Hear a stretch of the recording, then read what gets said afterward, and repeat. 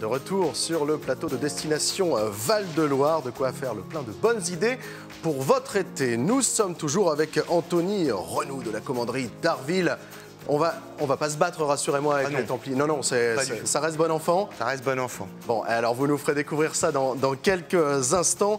On retrouvera également tout à l'heure Romain Delville qui nous fera la visite à Thiron-Gardé de ce fameux Collège Royal, magnifique endroit empreint d'histoire. Mais avant, je me tourne vers toi, Ligie, notre chroniqueuse tourisme. Oui.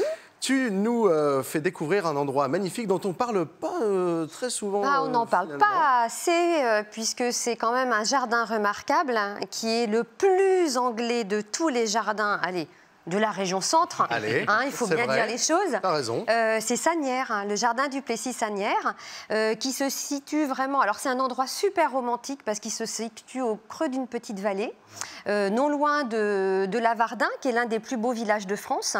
Et alors Sagnières, il a été créé, c'est un jardin assez contemporain, puisque ça a été créé dans les années 60 par une passionnée de botanique qui est Rosamie Henrion. Aujourd'hui, donc c'est son fils Guillaume qui est à la tête de ce jardin. C'est un jardin qui a été construit autour d'un bassin d'eau vive. On a un potager qui a été transformé, qui est clos de mur et qui a été transformé en un jardin, parc et jardin avec des fleurs de différentes couleurs. Enfin, c'est vraiment, on a un parc boisé, c'est super varié. Et puis la grosse nouveauté, c'est qu'au sein même de ce jardin, on a la possibilité maintenant de déjeuner et de dîner au restaurant. Formidable, ça. De quoi passer à un bon moment. Et puis on peut prendre le vélo et aller autour aussi, puisque voilà. tu nous fais voyager aussi à vélo. À vélo, du Loir aussi. Voilà, puisqu'il y a un itinéraire qui est la vallée du Loir à vélo, où là, on a la possibilité d'aller de Fredval, donc c'est au nord-est de Vendôme, de Fredval jusqu'à Couture-sur-Loire. Couture-sur-Loire, qui, je vous le rappelle, est la maison natale de Pierre de Ronsard. Donc là, on a la possibilité de découvrir à vélo, de serpenter. C'est vrai que moi, je les appelle les vélos flâneurs, puisque quand on est vraiment en vallée du Loir, on a vraiment la possibilité de découvrir cette petite sœur de la vallée de la Loire qui est assez confidentielle et qui vraiment regorge de pépites. Donc on parlait de Toré-la-Rochette tout à l'heure, hein, c'est vrai qu'on a le village troglodytique à part entière. Je parlais de Lavardin, donc, qui est l'un des plus beaux villages de France. On a également Montoire avec le musée Musique en Fête, où là on n'en parle pas assez, mais c'est aussi un musée où on a les arts et traditions des musiques du monde.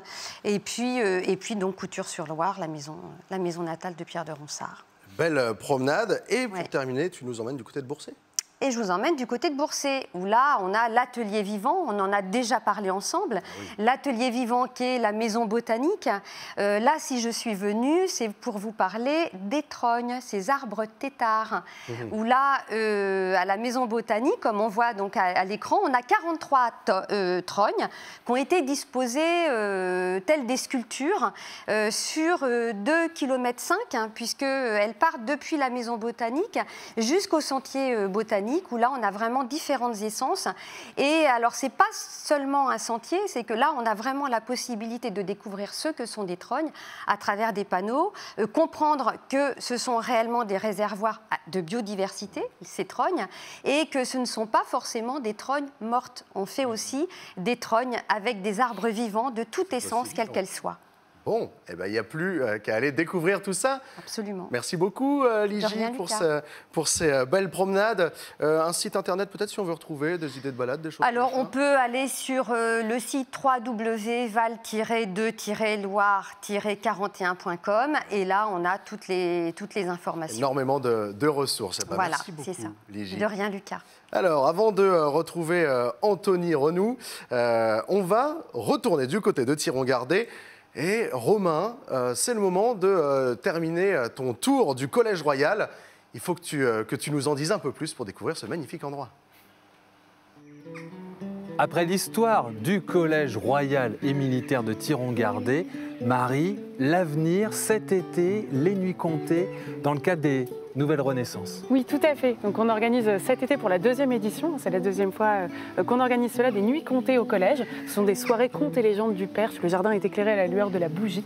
Donc tout est illuminé. Et on a une promenade contée, donc on est en itinérance dans le jardin avec un couple de conteurs du manoir aux histoires. Et qui revient justement sur l'histoire des lieux. Et qui revient sur l'histoire des lieux. L'idée, c'est de projeter un petit peu les visiteurs comme s'ils étaient des élèves qui font l'école buissonnière. Le soir, à la nuit tombée, ils viennent se promener, ils osent venir pénétrer dans le jardin. Et donc, ils tombent sur un certain nombre de choses, d'éléments qui vont leur être contés par les conteurs du manoir aux histoires. Et on a la chance, cette année, de pouvoir être soutenu par la région Centre-Val de Loire dans le cadre des Nouvelles Renaissances. C'est une grande joie pour nous, parce que ça nous permet de porter cet événement à un autre niveau par rapport à ce qu'on faisait l'année dernière. Et puis il y a les pique-niques au jardin, enfin, dans ce lieu magnifique du rêve. C'est ça, exactement. En fait, juste ici, là où on est, donc on s'imagine très bien pouvoir se poser ici et prendre son petit pique-nique. L'idée, c'est de pouvoir proposer aux visiteurs des paniers repas avec des produits locaux.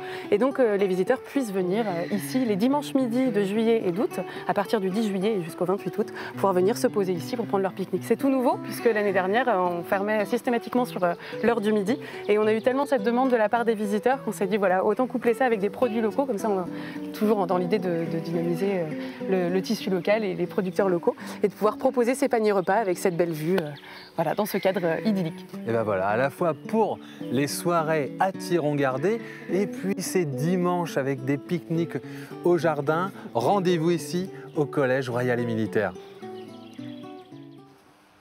Tu l'as dit, Romain, rendez-vous ici, du coup là-bas, au Collège Royal Militaire de Thiron-Gardé. Une magnifique visite. Ça fait toujours plaisir de découvrir des beaux endroits comme ça. J'ai vu que tu avais apprécié la serre, tu l'as trouvée belle. Ah ouais, magnifique. On a la ferronnerie d'Anton, le Perche Vendômois, où ils font des magnifiques serres à l'image de celle-ci. Exactement. Et ben voilà une belle nouvelle découverte. Anthony Renou, vous êtes notre dernier invité. Vous êtes toujours avec nous également. Vous n'avez pas bougé. Merci Lucas. Vous êtes le directeur de la commanderie d'Arville, un lieu ô combien historique. Et j'avoue avoir découvert, en préparant cette émission, un peu plus de l'histoire de ce lieu qui nous présente beaucoup les Templiers, finalement. C'est autour d'eux que ça tourne. Alors, qu'est-ce qu'on peut voir à cet endroit, la commanderie d'Arville ? Alors, la commanderie d'Arville, c'est un site ancien qui a près de 900 ans aujourd'hui, fondé par les Templiers, récupéré à la suite de la chute de l'ordre par les Hospitaliers, qui sont devenus l'ordre de Malte, et puis mis en valeur depuis les années 80 dans un premier temps. Et aujourd'hui, on y découvre un ensemble architectural là, relativement bien préservé. On a pour coutume de dire qu'il s'agit du site le mieux préservé de France. Je ne les connais pas toutes, je n'ai pas cette prétention. En tout cas, elle est très, très bien préservée et c'est sans doute la mieux valorisée. Et ça, j'en suis à peu près certain. Donc, on y découvre l'histoire des Templiers des Croisades à travers le centre d'interprétation qui est à l'intérieur des bâtiments, que vous voyez à présent. On y découvre un magnifique porche d'entrée, une église du XIIe siècle, une un vrai petit village. C'est une grosse exploitation agricole d'une congrégation, les Templiers, qui était à la fois des soldats, c'est l'image qu'on en a. Vous parliez de combat tout à l'heure. Ils étaient plutôt en défense qu'en combat. D'accord. Mais c'est aussi une congrégation de religieux. C'est un ordre à la fois religieux et militaire. Et donc, ils vivent à la mode de tous les ordres religieux, qu'on parle des bénédictins, des cisterciens ou autres, dans un enclos, entre guillemets, mais ouvert sur le monde parce qu'ils possèdent énormément de terres qu'ils exploitent pour pourvoir aux besoins en Terre Sainte. Il y a un côté mystique un peu avec les Templiers. Un côté très mystique avec les Templiers, on s'y attend toujours en échange avec le public. Il y a énormément de légendes autour d'eux, du trésor, évidemment, qui est sans doute la plus importante, mais qui crée un peu de fantasme dans l'imaginaire populaire et qu'on retrouve dans énormément de domaines, que ce soit la littérature, Les Rois Maudits, Maurice Druon, ou encore les jeux vidéo pour les plus jeunes qui nous regardent, Assassin's Creed par exemple, où les Templiers sont les méchants. Et pourtant. Alors on va pouvoir découvrir ce magnifique lieu, et il se trouve que vous proposez aussi des activités, des animations. Oui, énormément d'animations pendant toute l'année, mais particulièrement pendant l'été. Alors je vous inviterai à aller voir tout le détail sur le site internet de la commanderie d'Arville, mais la fête médiévale, traditionnelle, la 13e édition je crois, un spectacle musical en extérieur, donc vous voyez des images à l'instant, avec un violoncelliste, une pianiste, des animations historiques tous les mardis avec les mardis historiques. des initiations, des démonstrations, des ateliers à destination des familles autour de techniques médiévales, l'enluminure, le pan de bois, la calligraphie, la taille de pierre. La taille de pierre, il y a des activités, les personnes peuvent venir et pratiquer. Tout à fait, ces activités-là qui vont être ouvertes les mardis pendant l'été, en plus l'atelier pan de bois que vous avez ici justement, et puis les visites guidées également, l'escape game enfant pendant la fête médiévale, voilà. Beaucoup d'activités. Ça s'adresse à qui? Petits, grands connaisseurs, moins connaisseurs? Ça s'adresse un peu à tout le monde. On a surtout une visée pédagogique et d'échange avec le visiteur quand il se présente à la commanderie. Et le public est clairement familial.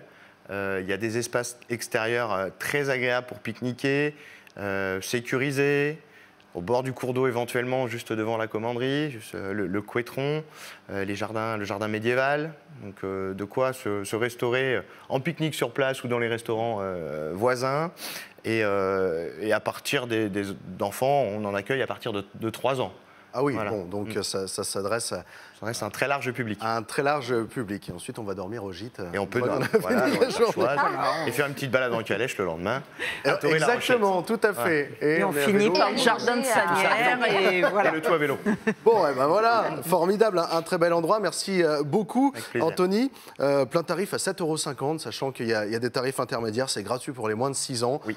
Enfin, ça vaut vraiment le coup de s'y attarder. Il y a un site internet sur lequel on peut se renseigner, sur lequel on peut réserver également.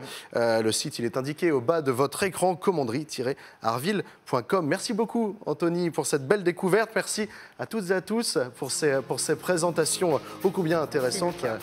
C'était un plaisir de vous recevoir et je suis sûr que nos téléspectateurs vous rendront visite à toutes et tous cet été. Merci justement à vous, chers téléspectateurs, de nous avoir suivis. Cette émission touche à sa fin. On se retrouve la semaine prochaine pour un nouveau Destination Val-de-Loire. Et d'ici là, portez-vous bien sur TV Tour Val-de-Loire. Ciao.